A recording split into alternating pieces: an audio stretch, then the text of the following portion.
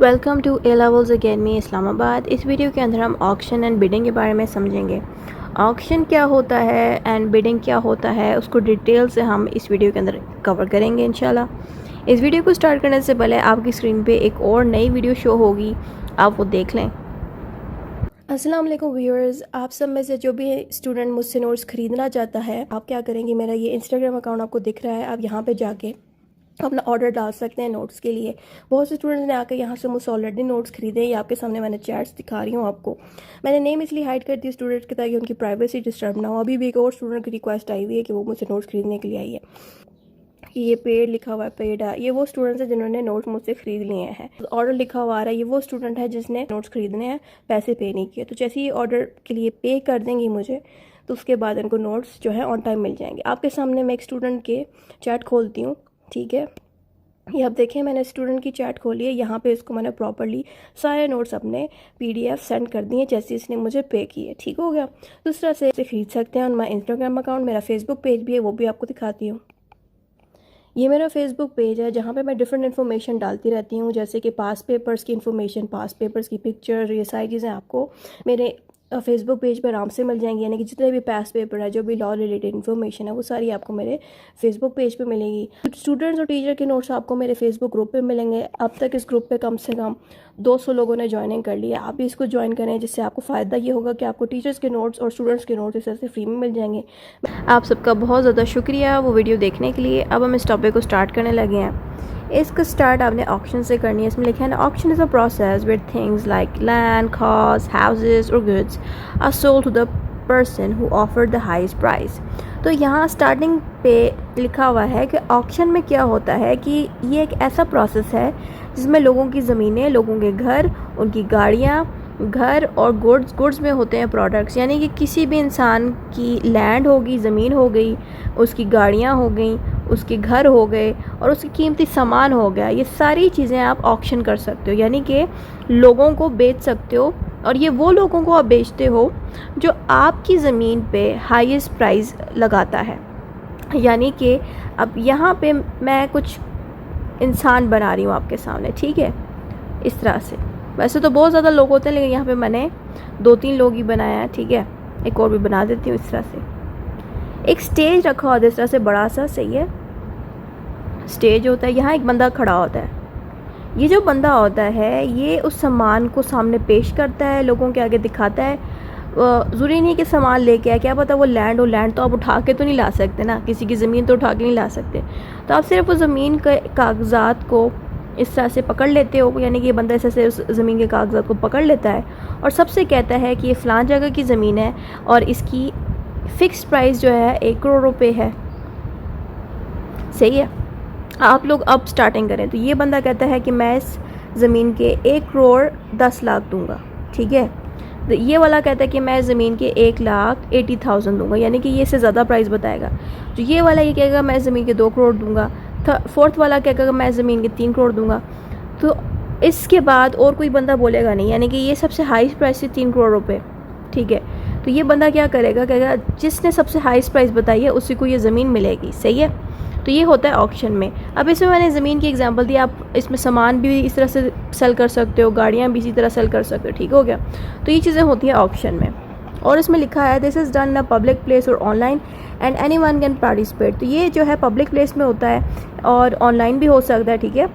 और इसमें कोई भी इंसान पार्टिसिपेट कर सकता है, सही है। अब ऑक्शनर के बारे में आपने बताना है। Who is an auctioneer? Simple meaning, an auctioneer is a person who conducts the auction. She takes bids from people and announces the winner who gives the highest bid।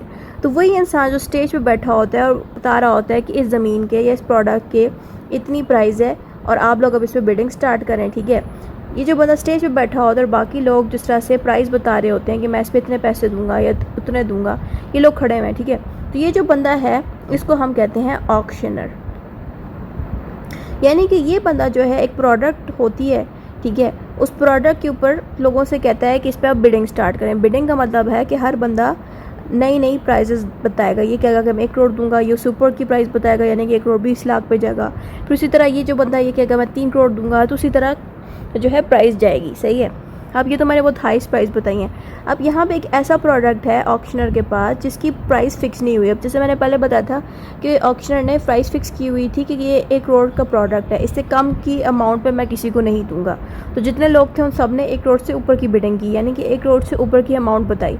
अब यहाँ पर क्या हो रहा है कि प्रोडक्ट ये जो है ये प्रोडक्ट है, इस प्रोडक्ट की कोई अमाउंट फिक्स नहीं हुई थी। यानी कि सपोज़ कर लें, समझ लें कि ये कोई प्लेट है, ठीक है, और ये बहुत ही कदीम ज़माने की प्लेट है, बड़ी वैल्यूएबल है, ठीक है, और इसकी प्राइस कोई फ़िक्स नहीं की हुई ऑक्शनर ने। तो इसमें क्या होता है कि ये बंदा कहता है कि मैं इसके 1 लाख दूंगा, दूसरा कहता है मैं इसके 2 लाख दूंगा, तीसरा कहता है कि मैं इसके कोई 6 लाख दूंगा। इस तरह करते करते करते बहुत से लोग मिलके बोलते हैं। फिर एंड पे जिस बंदे ने सबसे हाईएस्ट प्राइस बताई, सपोज एक बंदा कहता है इन सब में कि मैं इस प्रोडक्ट के पूरे 70 लाख दूंगा, सही है, और 70 लाख जब इसने कहा मैं दूंगा तो उसके अलावा कोई और बोलता नहीं है। यानी कि ये बंदा, इसके अलावा कोई भी और इंसान ये छोटा सा प्रोडक्ट 70 लाख में नहीं लेना चाह रहा, ना ही इससे ऊपर की प्राइस में लेना चाह रहा है। तो फिर ये जिस इंसान ने 70 लाख की ऑफ़र लगाई है, इसी को ये प्रोडक्ट मिल जाएगा। तो यहाँ पे आप देख रहे हैं कि प्रोडक्ट की प्राइस फ़िक्स नहीं की गई, लेकिन वो प्रोडक्ट हाईएस्ट जिसने प्राइस बताई है उसको बेच दिया जाएगा। तो ये ऑक्शनर का काम होता है। ऑक्शनर जो है ना, ये क्या करते हैं कि बिडिंग इस तरह से लोगों से करवाते हैं, जिसकी सबसे हाईएस्ट बिड होती है उसको वो प्रोडक्ट मिल जाता है, सही होगा। यानी कि जिसने सबसे हाईएस्ट बिडिंग की प्रोडक्ट बताई है उसको विनर कंसिडर किया जाता है। विनर मींस कि अब इसी के पास ये प्रोडक्ट जाएगा और यही इंसान इसको ख़रीदेगा, सही हो गया। इसको हम ऑक्शनर कहते हैं, पूरे प्रोसेस को हम ऑक्शन कहते हैं। आगे लिखा है ड्यूटीज़ ऑफ ऑक्शनर। अभी जो ऑक्शनर साहब हैं इनकी क्या क्या ड्यूटी हैं, वो पहली ड्यूटी हमारे पास स्टार्ट्स द ऑक्शन, यानी कि इसकी पहली ड्यूटी होती है कि वो ऑक्शन के प्रोसेस को स्टार्ट करवाए। दूसरी ड्यूटी है इसकी takes bids from the different bidders, यानी कि जितने लोग खड़े होते हैं या बैठे होते हैं उसके साथ पार्टिसिपेट कर रहे होते हैं। जैसे कि यहाँ पे ये टेबल बनाया हुआ है, इसमें ये ऑक्शनर साहब हैं, सही है, और ये बहुत सारे जो लोग हैं ये सारे वो लोग हैं जो बिडिंग कर रहे होते हैं। बिडिंग करने का मतलब ये है कि वो लोग होते हैं जो उस प्रोडक्ट पे प्राइस लगा रहे होते हैं। एक कहता है मैं 1 करोड़ दूंगा, दूसरा कहता है 2, उस तरह करते करते सारे करते हैं। तो ऑक्शनर साहब की ये ड्यूटी होती है, यहाँ पर मैं लिख देती हूँ ताकि आपको कन्फ्यूजन ना हो। ऑक्शनर साहब की ये ड्यूटी होती है कि वो सब लोगों से बिडिंग सुने, इसकी भी सुने, फिर इसकी भी सुने, जो जो इंसान हाथ उठाए और प्राइस बताए वो सबकी बिडिंग सुने, ये इनकी ड्यूटी होती है। उसके अलावा डिक्लेयर्स द फाइनल बायर, और ऑक्शनर साहब की ये भी ड्यूटी होती है कि जिस इंसान ने सबसे हाईएस्ट प्राइस बताई है, सपोज इसने सबसे हाईएस्ट प्राइस बताई है, तो इसी को ये डिक्लेयर करे विनर, और इसी के बारे में गया कि इसने अब ये प्रोडक्ट खरीद लिया है। उसके अलावा कलेक्ट द पेमेंट और कन्फर्म्स इट। और ऑक्शनर साहब का ये काम है कि अगर इस इंसान ने, ये जो इस तरफ जो खड़ा हुआ है, इस इंसान ने अगर बिडिंग की सबसे हाईएस्ट प्राइस बताई है तो ऑक्शनर को चाहिए कि ये प्रोडक्ट इसके हवाले करे और इससे पैसे वसूल करे। तो ये सारी ड्यूटीज़ होती हैं ऑक्शनर की। हम इसकी एक एग्जांपल देख लेते हैं। यहाँ एग्जांपल लिखी हुई है, इधर लिखी है example. In a car auction the auctioneer says bidding starts at 1 lakh rupees, who wants to bid more. तो बेसिकली यहाँ पे एक गाड़ी खड़ी हुई है, ठीक है, इस तरह से, और इसके सामने ही एक ऑक्शनर खड़ा हुआ है, सही है, और सब लोगों को कहता है कि इस पे बिडिंग स्टार्ट करें, लेकिन इसकी जो स्टार्टिंग प्राइस है वो 1 लाख रुपए है। यानी कि जिसने भी बिडिंग करनी है 1 लाख से ऊपर की करेगा, 10 रुपये से स्टार्ट ना करे बल्कि 1 लाख से ही स्टार्टिंग ले, सही है। तो बहुत से लोग वहाँ पे खड़े होंगे या उसके साथ बैठे होंगे, यानी कि स्टेज पे ऑक्शनर होगा, उसके साथ गाड़ी होगी, और साइड पे बहुत से लोग खड़े होंगे जो बिडिंग कर रहे होंगे। ये कहेगा मैं इस गाड़ी की 1,10,000 दूंगा, ये कहेगा मैं 2 लाख दूंगा, ये 3 पे चाहता है, ये 6 लाख पे चला जाता है, ये इस तरह करते करते 10 लाख पे चला जाता है, ठीक है। तो यहाँ पे ऑक्शनर ये भी कहता है हु वांट्स टू बिड मोर, यानी कि 1 लाख की प्राइस बता देता है और कहता है कि कौन इस पे ज़्यादा पैसे देने को तैयार है। आगे लिखा है people rise their hands and the auctioneer increase the price based on their offers. तो इसमें क्या होता है कि जो ऑक्शनर साहब है सबसे कहते हैं कि भाई इस गाड़ी की प्राइस 1 लाख है, आप में से कौन लोग इस गाड़ी की प्राइस 1 लाख से ज़्यादा देना चाहता है। तो इस तरह क्या होता है, सारे लोग अपनी अपनी प्राइसेस बताते हैं 1 लाख से ऊपर की। तो ये कहता है मैं 2 लाख पे दूंगा, ये कहता है 3 लाख, इस तरह करते करते ये साइड पे बंदा खड़ा है, ये कहता है मैं इस गाड़ी के पूरे आपको 10 लाख दूंगा। अब इसके अलावा कोई भी इसको 10 लाख में नहीं लेना चाहता गाड़ी, सिर्फ यही बंदा लेना चाहता। तो ऑक्शनर साहब क्या करेंगे, इस बंदे को ये गाड़ी बेच देंगे क्योंकि इसने सबसे हाईएस्ट प्राइस बताई थी। तो ये एग्जाम्पल जो है मैंने डाल दी, वो पिछली बात है, दोबारा आपने बस एग्जाम्पल के साथ रिपीट कर देना। अगर आपको गाड़ी नहीं डालनी तो आप कोई और एग्जांपल डाल दें। यहाँ पे आप लैंड की एग्जांपल भी डाल सकते हैं। लैंड की अगर डाल रहे हैं तो 1 लाख की बजाय आप 1 करोड़ रुपए लिख दें। लेकिन अगर आप जो है कोई छोटा प्रोडक्ट डालना चाहते हैं, जैसे कि कोई एंटीक पीस होगा या एंटिक पेंटिंग होगी, तो उस एंटिक पेंटिंग के हिसाब से यहाँ पे आप उसकी प्राइस फिक्स करके डाल दें, ठीक है। तो एग्जांपल आप अपनी मर्ज़ी से डाल सकते हैं। अगली हेडिंग है यहाँ पे काइंड्स ऑफ ऑक्शनर्स। अब कौन ऑक्शनर्स की भी डिफरेंट कैटेगरीज होती हैं। सबसे पहले हमारे पास लाइसेंस्ड ऑक्शनर। लाइसेंस्ड ऑक्शनर कौन होता है? Person who has a legal permission to conduct auction. ये वो बंदा होता है जिसको कानून की तरफ से यानी कि लॉ की तरफ से परमिशन मिलती है कि आप ऑक्शनर बन सकते हैं और ऑक्शन को कंडक्ट करा सकते हैं, ठीक है। दूसरा टाइप है हमारे पास unlicensed auctioneer. A person who conducts an auction without permission, this is often illegal. और कुछ ऐसे ऑक्शनर्स भी होते हैं जिनके पास परमिशन नहीं होती, यानी कि लाइसेंस इनके पास नहीं होता, फिर भी ये लोग ऑक्शन कंडक्ट कराते हैं। तो इस तरह के ऑक्शन को आमतौर पे इलीगल माना जाता है, क्योंकि एक तो इलीगल इसलिए माना जाता है कि खुदा ना करे जो प्रोडक्ट वो सेल कर रहे हैं वो हो ही ना इतने पैसों का, तो ये स्कैम भी इसमें होता है। इसलिए इस तरह के जो ऑक्शन होते हैं ना जिसमें लाइसेंस ना हो, तो उनमें स्कैम होने के चांसेस ज़्यादा होते हैं। इसलिए कानून इस तरह के ऑक्शंस को इजाज़त नहीं देता और उसको इलीगल कंसिडर करता है, ठीक है। यानी कि जिन लोगों के पास लाइसेंस नहीं है वो लोग अगर ऑक्शनर बनते हैं तो इस तरह के लोगों को इलीगल समझा जाता है, ठीक है। अगला है voluntary auctioneers. Someone who helps and act in an auction without charging a fee is called a charity event. यानी कि इसमें क्या होता है कि आप पैसे नहीं लेते लेकिन ऑक्शनर बन जाते हो, ठीक है। और वो जो स्टार्टिंग पे जो लाइसेंस ऑक्शनर है ना, इसको पैसे भी मिलते हैं अपने काम करने के, यानी कि ऑक्शन करवाने में इसको पैसे भी मिलते हैं। लेकिन एक होता है वॉलंटरी ऑक्शन। इसमें क्या होता है कि आप सिर्फ़ और सिर्फ चैरिटी पर्पज़ के लिए ऑक्शन कर रहे होते हो। चैरिटी पर्पज़ मीन्स कि आप कहते हो कि ठीक है मैं लोगों के खातिर लोगों के लिए ऑक्शन करता हूँ और इस प्रोडक्ट को जो है हाई प्राइस में बिकवाता हूँ ताकि अच्छी कीमत पे लोगों को ये प्रोडक्ट मिल जाए, ठीक हो गया। तो इस तरह से भी ऑक्शन लोग कर लेते हैं, सही है। अब अगला है व्हाट इज़ बिडिंग। अब यहाँ पे बिडिंग स्टार्ट होती है। बिडिंग वही चीज़ होती है जिसको हम कहते हैं कि बहुत से लोग खड़े होते हैं और हर बंदा अपनी प्राइस बताता है, जिसकी सबसे हाईएस्ट प्राइस होती है। इस पूरे प्रोसेस को हम कहते हैं बिडिंग, ठीक हो गया। अब बिडिंग को स्टेप बाय स्टेप समझते हैं। पहला है simple meaning. Bidding means offering a price to buy something in an auction. The price goes up as more people offer higher amount. अच्छा, तो यहाँ पे कह रहे हैं कि बिडिंग का मतलब है कि आप एक प्राइस बताते हो अगले बंदे को कि मैं ये चीज़ जो है बाय करना चाह रहा हूँ। प्राइस मीन्स कि मैं ये चीज़ सपोज 1 लाख रुपए में बाय करना चाह रहा हूँ। तो आपके साथ एक दूसरा इंसान खड़ा होगा, वो कहेगा कि मैं ये प्रोडक्ट 1,20,000 में बाय करना चाह रहा हूँ, यानी कि आपसे ज़्यादा अमाउंट वो इसकी दे रहा है। फिर एक और बंदा होगा, वो कहेगा मैं इस प्रोडक्ट के पूरे 2 लाख देने को तैयार हूँ, सही है।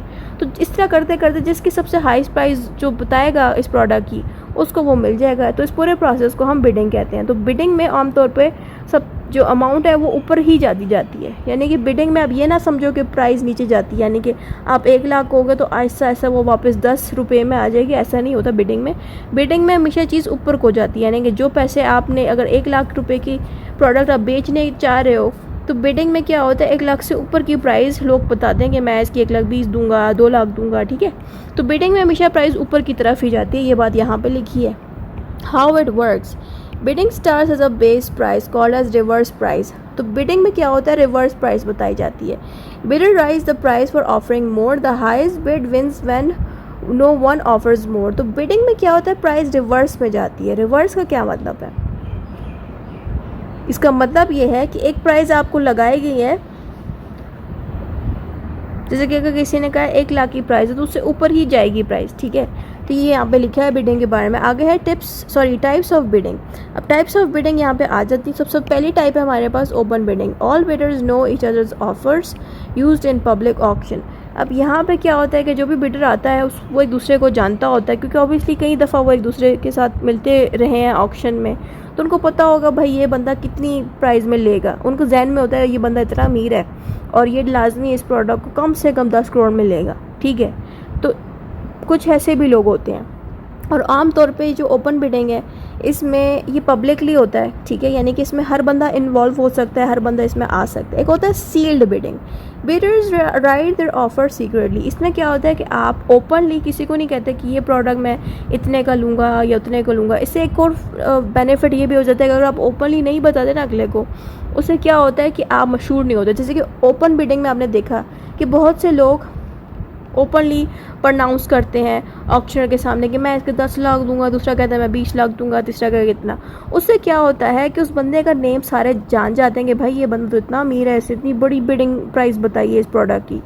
लेकिन सीक्रेट बिडिंग या सील्ड बिडिंग में ये फ़ायदा होता है कि अगर आपने किसी को बताया नहीं है कि आप कितने की चीज़ ले रहे हो, उससे क्या होता है कि आपका नाम भी छुपा रहता है, आपकी रिस्पेक्ट भी छुपी रहती है, ना ही आपकी लाइफ में कोई इन्वॉल्व होता है, और आपको प्रोडक्ट मिल भी जाता है तो इतना ज़्यादा कोई इन्वॉल्व नहीं होता। तो सील्ड बिडिंग का ये फ़ायदा है, ठीक है। इसमें जितनी भी प्राइस है वो सीक्रेटली बिड हो रही होती है। ऑनलाइन बिडिंग में क्या होता है, bids are placed on website like OLX और eBay। इसमें क्या होता है कि बिडिंग जो है OLX की वेबसाइट में या eBay की वेबसाइट जो है वो क्या करती हैं कि बिडिंग में वर्क करती हैं, बिडिंग में अपना रोल अदा कर रही होती हैं, सही है। अगला है ऑटोमेटिक बिडिंग। इसमें computer software increases bid automatically up to limits set by the bidder. तो यहाँ पे कुछ कंप्यूटर के सॉफ्टवेयर होते हैं जिसमें क्या होता है कि जो कंप्यूटर में जो एक्सपर्ट लोग होते हैं वो क्या करते हैं कि वहाँ पे जो ऑक्शनर्स बैठे होते हैं, ऑक्शनर से पूछते हैं कि आपको ये प्रोडक्ट कितने की बेचनी है। तो कंप्यूटर एक्सपर्ट्स क्या करते हैं कि इन फलां प्रोडक्ट्स की प्राइस जो है लगा देते हैं कि भाई ये जो प्राइस है ये ऑटोमेटिकली इतने की बिकेगी, फलां चीज़ जितने की बिकेगी। तो यहाँ पे इलेक्ट्रॉनिकली कंप्यूटर की मदद से भी आप बिडिंग करवा सकते हो।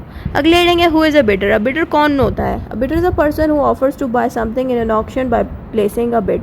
तो इसमें आपने ये बताना है कि बिडर कौन होता है। बिडर वो इंसान होता है जो कोई चीज़ खरीदने जाता है, बाय करने जाता है, लेकिन वो जब खरीदने जाता है तो वो खरीदने से पहले उसकी बिडिंग करता है। यानी कि ये जो इंसान है ये अपने जहन में फ़िक्स प्राइस सोच के नहीं जाता, बल्कि जब जाता है ना ऑक्शन में, ये सोचता है कि मैं जो है फ़लाँ चीज़ खरीदूँगा, मुझे पसंद आई है। तो ये कहता है कि ठीक है, ये बंदा गया उस जगह पर, सही है, और अपना हाथ इस तरह से खड़ा करके कहता है मैं इस चीज़ की 10 लाख दूँगा। अब अगले बंदे ने जब ज़्यादा प्राइस दी तो ये कहता है कि ये जब ज़्यादा दे रहा है तो मैं भी ज़्यादा दूंगा। फिर ये बंदा माइंड चेंज करता है, कहता है 10 लाख ही दूंगा मैं, तो अब इसके पूरे 30 लाख रुपए दूंगा। तो बिडिंग में ये होता है कि आपकी प्राइस फिक्स नहीं होती जहन में, आप बस जाते हो प्रोडक्ट खरीदने के लिए और जितनी प्राइस उन्होंने बताई होती है उससे ऊपर की प्राइस आप उनसे कह देते हो कि मैं महंगा करके खरीदूँगा। यानी कि 10 लाख की चीज़ होगी, आप 20 से 30 लाख की लेके आओगे। तो ये होता है बिडिंग है तो नॉर्मली, ठीक है। फिर अगला पॉइंट है हमारे पास टाइप्स ऑफ बिडर्स। इसमें ये बताना है कि बिडर्स की कितनी टाइप्स हैं। तो पहली टाइप है हमारे पास इंडिविजुअल बिडर्स की, ठीक है। तो इंडिविजुअल मीन्स का एक इंसान, इसमें एक ही इंसान के बारे में बताना है कि a person bidding for a personal use, यानी कि एक इंसान अपने पर्सनल पर्पस के लिए बिडिंग कर रहा है, यानी कि उसकी किसी के साथ पार्टनरशिप नहीं है, वो खुद ही पैसे देगा इस चीज़ के, वो अपनी ज़ाती मकसद के लिए वहाँ पे आया बिडिंग करने के लिए। तो इसमें आपने लिखना है ये पर्सन अकेला होता है और अपने पर्सनल यूज़ के लिए बिडिंग कर रहा होता है। दूसरा है professional bidder, a person who bids on behalf of someone else और एज अ जॉब। और कुछ ऐसे लोग भी होते हैं जो प्रोफेशनल मेथड में भी बिडिंग करते हैं या किसी के लिए कर रहे होते हैं। जैसे कि अब मैं हूँ, मिसाल के तौर पर मेरे पास पैसा बहुत है, ठीक है, और मैं कहती हूँ कि मैं ऑक्शन में नहीं जाना चाहती, मेरे पास टाइम नहीं है, तो मैं अपनी जगह किसी और इंसान को भेज दूँगी जो बहुत प्रोफेशनल भी होगा बिडिंग में, और उसको ड्यूटी दे दूँगी कि तुम मेरी जगह बिडर बनो और जाओ और ये जो प्रोडक्ट है सबसे महंगी प्राइस में लेके आओ मेरे पास, ठीक है। तो मैं अपनी जगह किसी और को भी ला सकती हूँ एज ए बिडर। तो ये वो लोग होते हैं इनको हम कहते हैं प्रोफेशनल बिडर्स। अगला है proxy bidders, a person who bids for someone who can not attend the auction. ये भी वही ऑप्शन में आ जाता है कि एक इंसान है जो मेरे बिहाफ पे अगर जा रहा है बिडर बनने, तो उनको हम कहते हैं प्रॉक्सी बिडर। तो प्रॉक्सी बिडर और प्रोफेशनल बिडर को अपने आपस में मिक्स नहीं करना। प्रोफेशनल और प्रॉक्सी में फ़र्क है। प्रॉक्सी बिडर्स होते ही वो बिडर्स हैं जो किसी और के लिए आते हैं, लेकिन प्रोफेशनल बिडर्स वो होते हैं जो काफ़ी वक्त से बिडिंग कर रहे हैं, वो उसमें महारत हासिल कर लेते हैं, प्रोफेशनल हो जाते हैं कि उन्होंने इतनी दफ़ा बिडिंग की है कि अभी वो कहीं पे भी जाएंगे तो सबसे अच्छी बिडिंग यही लोग करते हैं, ठीक है। तो अब इसको प्रॉक्सी बिडर के साथ कंफ्यूज ना करना। प्रॉक्सी बिडर का मतलब है कि आपकी जगह कोई और आके बिडिंग करे, ठीक हो गया। अगला है online bidder, someone who bid through a website और ऐप। और बहुत से लोग हैं जो ऑनलाइन बिडिंग करना चाहते हैं, तो उनको हम कहते हैं ऑनलाइन बिडर, जो कि वेबसाइट या किसी ऐप की मेथड से जो है बिडिंग करते हैं। अगली हेडिंग है हमारे पास इंपॉर्टेंट पॉइंट्स टू रिमेंबर।